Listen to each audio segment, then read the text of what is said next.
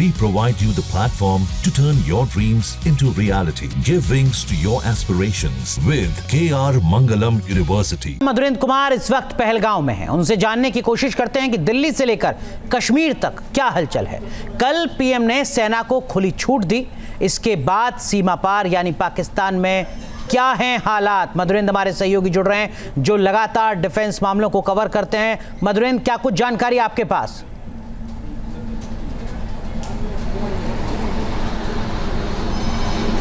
देखिए, पाकिस्तान के हुक्मरानों को रात भर नींद नहीं आई है। जिस तरह से आप देखिए तो पाकिस्तान के हुक्मरान जो हैं वो भारत की तरफ से जवाबी कार्रवाई का रात भर इंतजार करते रहे। इंफॉर्मेशन मिनिस्टर ने प्रेस कॉन्फ्रेंस किया और उसके बाद आप देखिए आज भारत में होने वाले सीसीएस की बैठक पर भी निगाहें सबकी गड़ी हुई हैं कि यहाँ से किस तरह के अप्रूवल सामने आते हैं। हालांकि कल की बैठक में ही प्रधानमंत्री ने सीधे तौर पर कह दिया था कि जो ऑपरेशनल प्रिपेयर्डनेस है वो तैयार है और एक तरह से तीनों सेनाओं को खुली छूट दी जा चुकी है। इस वक्त हम जहाँ खड़े हैं, दरअसल पहलगाम के इलाके में लगातार ऑपरेशनल मूवमेंट हमारे साथ हो रहा है, लेकिन हम उसे नहीं दिखा सकते क्योंकि हमारी जो तैयारियां हैं दरअसल वो दुश्मन तक नहीं पहुंचनी चाहिए। दूसरी सबसे बड़ी बात यह है कि भारत की जो तैयारी है वो आईबी पर और खास तौर पे आप देखिए तो एलसी पर पुरजोर तरीके से दिखाई दे रही है। और इन तैयारियों के मद्देनजर इस वक्त आप देखें तो पूरे के पूरे इलाके में हलचल है और जाहिर है कि जो युद्ध की आहट है वो साफ तौर पर सुनाई दे रही है। दोनों ही तरफ से ये बातें स्पष्ट तौर पर देखी जा सकती है। जो इंटेल है, जो रिपोर्ट्स हैं और जिस तरह से बैठकों का सिलसिला चल रहा है, जहाँ एक तरफ पाकिस्तान डिफेंसिव मोड में दिखाई दे रहा है, वो युद्ध के बदले शांति का रास्ता तलाश रहा है।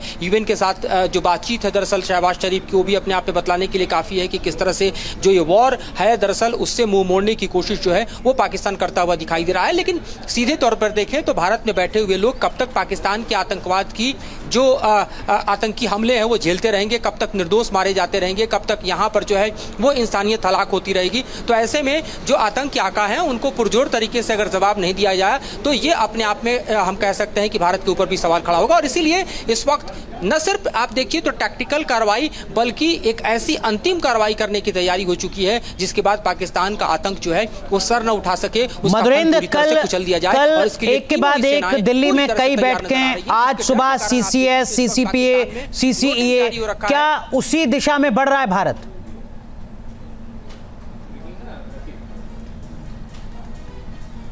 देखिए, बिल्कुल भारत अब एक स्टेप आगे जा चुका है। कल जैसे ही तीनों सेनाओं को ऑपरेशनल रेडीनेस के साथ साथ अटैक की पूरी छूट जो है सरकार ने दे दी, उसके बाद अब भारत जो है उसके आगे लेवल पर पहुंच चुका है कि डिप्लोमेटिक फ्रंट पर कैसे चीज़ों को संभाला जाएगा या फिर देखिए तो जो इसके रिपरकशंस आएंगे, जो काउंटर अटैक की स्थिति होगी उसको कैसे संभाला जाएगा, कैसे वर्ल्ड फोरम में भारत जो है वो अपने मजबूत जो पकड़ बनाए हुए, जिस तरह से P5 को ब्रीफिंग की गई, जिस तरह से G20 को ब्रीफिंग की गई।